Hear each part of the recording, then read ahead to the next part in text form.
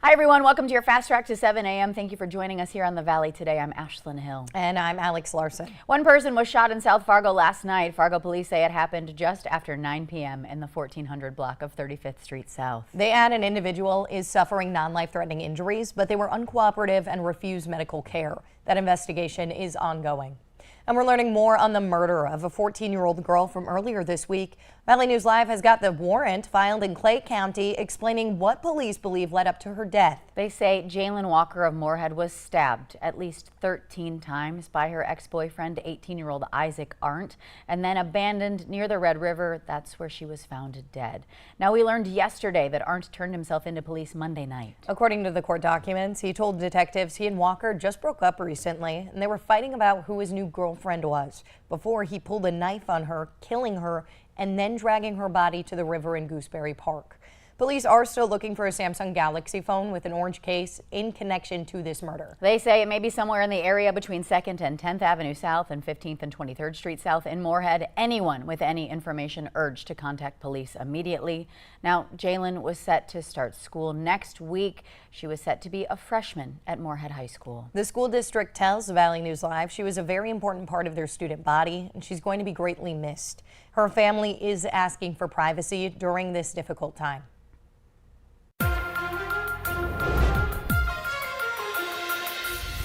Minnesota was center stage at the DNC last night as Governor Tim Walz took the podium and accepted the Democratic nomination for vice president. Valley News Team's Quinn Gorham also live in Chicago last night as the governor delivered his remarks, introducing himself to voters. Please welcome the Democratic nominee for vice president, Governor Tim Walz. Tim Walz receiving the warmest of welcomes in Chicago Wednesday night.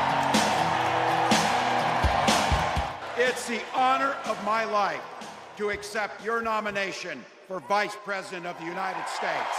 The Minnesota governor, picked as Kamala Harris's running mate just 1 month ago, has thrust himself onto the national stage. Once a relative unknown and an apparent underdog for the VP pick, Walz took Wednesday night to highlight Minnesota policy to the nation. We also protected reproductive freedom because in Minnesota, we respect our neighbors and the personal choices they make.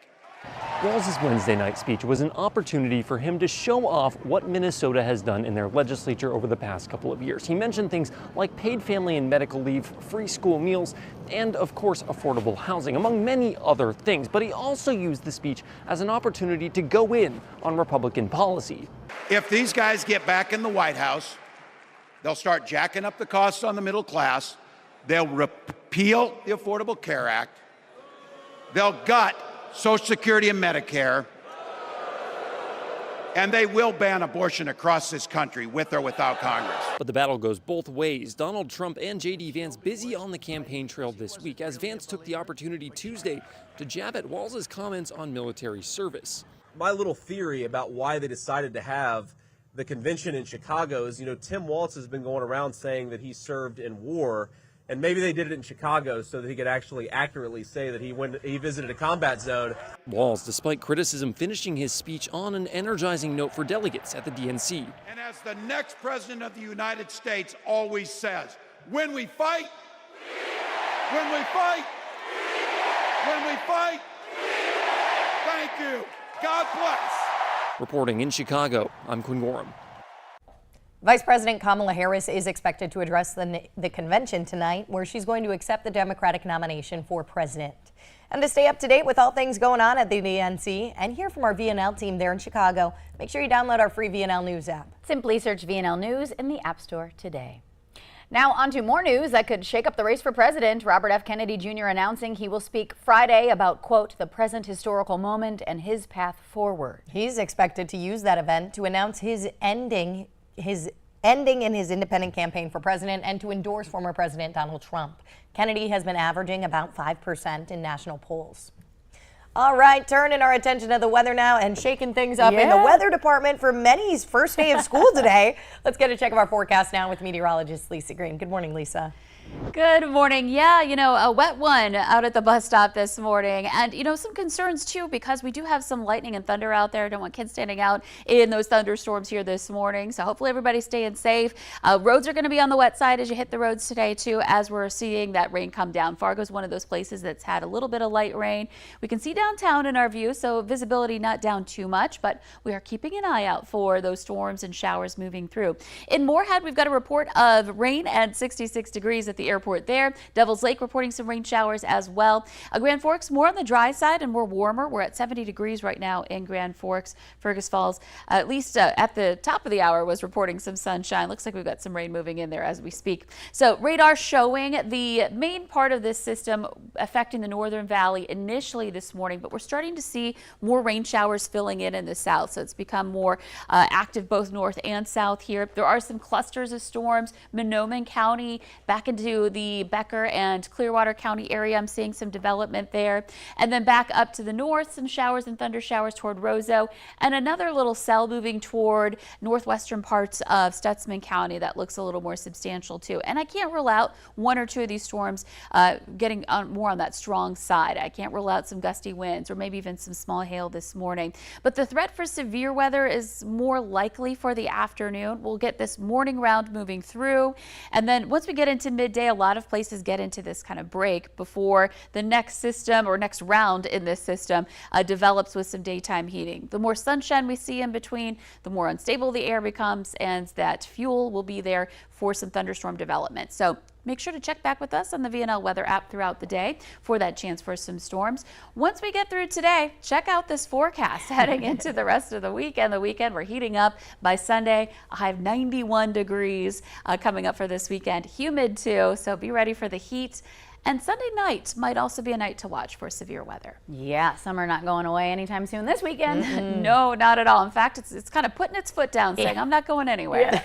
Sticking around. Thank you, Lisa. Well, law enforcement officers across the state are soon receiving mobile screening devices to detect if a driver may be under the influence of drugs. It's called the Sotaxa oral fluid device. And with more information this morning, we're checking in live with the Valley Today's Tatum Miller, who is with the North Dakota Highway Patrol office in Fargo, showing us how the device works. Good morning, Tatum.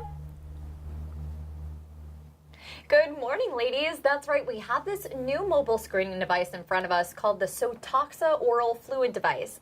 Now, I'm here with Trooper Brian Larson with the North Dakota Highway Patrol. Good morning. Good morning. So you're going to walk us through kind of how this works, and then we're actually going to highlight how these results actually look if you test positive or negative. Yep. So first, can you kind of walk me through the first steps? Yep, absolutely. So this is the machine itself. This is actually what will run the test. It's connected to a printer. You don't have to print out the results, but you certainly can. Yeah. We have our test cartridge. Every test is going to have a separate cartridge that gets inserted into the machine. And then we have our collector. This is what's used to basically run inside your mouth, collecting oral fluid saliva. And once you get enough on there, it'll indicate, it'll turn blue. What you do is we'll take that, we'll push that into the machine, push it all in there, and then that will start the test. It'll start a 5-minute countdown timer. 5 minutes, so it runs pretty quickly. Yep. Now, we want to take a look at what these results look like. So we hit the view results button, and then this is showing, Morgan's going to zoom in here, a positive and a positive for 2 of these drugs. So can you walk me through what this tests for? Yep, so once this is done, it'll test for 6 different things. It'll test for cocaine, methamphetamine, amphetamines, certain narcotics such as like morphine and heroin, some depressant medications, if it's a benzodiazepine, and also cannabis and cocaine, if I didn't mention that one. Yeah, and you were also mentioning to me before this that this is just a preliminary screening. How does this help you in the field make some decisions? Yep, so this is designed to be used roadside. This, just because it says positive or negative, that doesn't determine whether someone gets arrested for DUI or not. We use this just to help confirm what we're seeing, that we're seeing impairment and that it's potentially drug related. Basically helps boost the confidence for our probable cause to make the arrest. All right, well, thank you so much, Brian, for walking us through this. Yep, absolutely, no problem. And coming up next, we'll check in with you one more time to talk about this new device. I'm Tatum Miller for Valley News Live. Back to you at the studio, ladies. All right, Tatum, thank you for the information this morning. Yeah, thank you, Tatum. Welcome Week begins today at Minnesota State University, Moorhead. With the 2024-2025 school year kicking off next week, students old and new can start moving into the residence halls starting at 9 this morning. Classes are starting for the fall semester on Monday, though. And it's almost my favorite time of the year. I like this one too. Gates opening for the Great Minnesota Get Together this morning. The State Fair kicks off today, running through Labor Day. The fair is looking to top last year's total attendance of 1.8 million people. This year brings new vendors, new foods, and a new app. Make sure, though, you plan out your parking and grab one of those free shuttles. There are dozens of spots that are free to park in and make your way to the fair. I thought we were going to have the Starbucks story up next. I will announce, though, those pumpkin spice lattes are back and they're debuting today. That's when I was going to say it's my favorite time of the year. All right, thank you so much for joining us, everybody. See you next time. See you tomorrow.